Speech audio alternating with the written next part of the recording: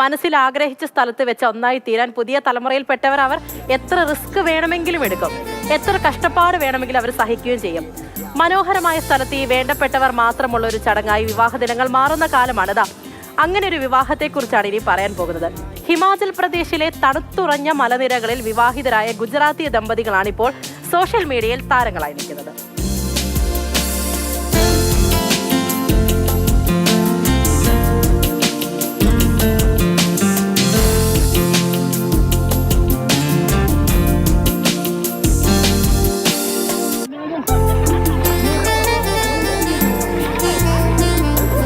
അക്ഷയ ബിജുവാണ് നമ്മളോട്. അക്ഷയ കിടുകിട വിറച്ചൊരു കല്യാണം അല്ലേ ഇപ്പോൾ? ഓക്കെ, കാണുന്നവരും കേൾക്കുന്നവരൊക്കെ ചോദിക്കുമായിരിക്കും അവിടെയുള്ളവരും കല്യാണം കഴിക്കാറില്ലേ എന്ന്. അങ്ങനെയല്ല, ഇതിൻ്റെ കാണുമ്പോൾ ഒരു സന്തോഷമുണ്ട്. അവരാഗ്രഹിച്ച സ്ഥലത്ത് വെച്ചിട്ട് ഒരു കല്യാണം നടത്തുന്നു, അത് സോഷ്യൽ മീഡിയയിൽ ട്രെൻഡ് ആകുന്നു എന്ന് പറയുമ്പോൾ അത് കാഴ്ചക്കാർ നമ്മളപ്പോൾ അതിനെക്കുറിച്ച് തീർച്ചയായിട്ടും സംസാരിക്കും. എങ്ങനെയാണ് ഇത് വൈറലാകുന്നത്, അവരെക്കുറിച്ച് എന്തെല്ലാമാണ് അക്ഷയ്ക്ക് മനസ്സിലാക്കാൻ സാധിച്ചത്? നമ്മുടെ ജീവിതത്തിലെ ഏറ്റവും മനോഹരമായൊരു മുഹൂർത്തമാണ് വിവാഹം. അപ്പോൾ അത് ഏറ്റവും സ്പെഷ്യലാക്കുക എന്നുള്ള ഒരു ഉദ്ദേശമായിരുന്നു ഇവർക്ക് രണ്ടുപേർക്കും ഉണ്ടായിരുന്നത്. ഗുജറാത്ത് സ്വദേശികളാണ് ഇവർ ഹിമാചലിലെ സ്പിതി എന്ന് പറയുന്ന മലയോര പ്രദേശത്ത് വെച്ചാണ് വിവാഹിതരാകുന്നത്. -25 ഡിഗ്രിയാണ് അവിടുത്തെ താപനില എന്ന് പറയുന്നത്.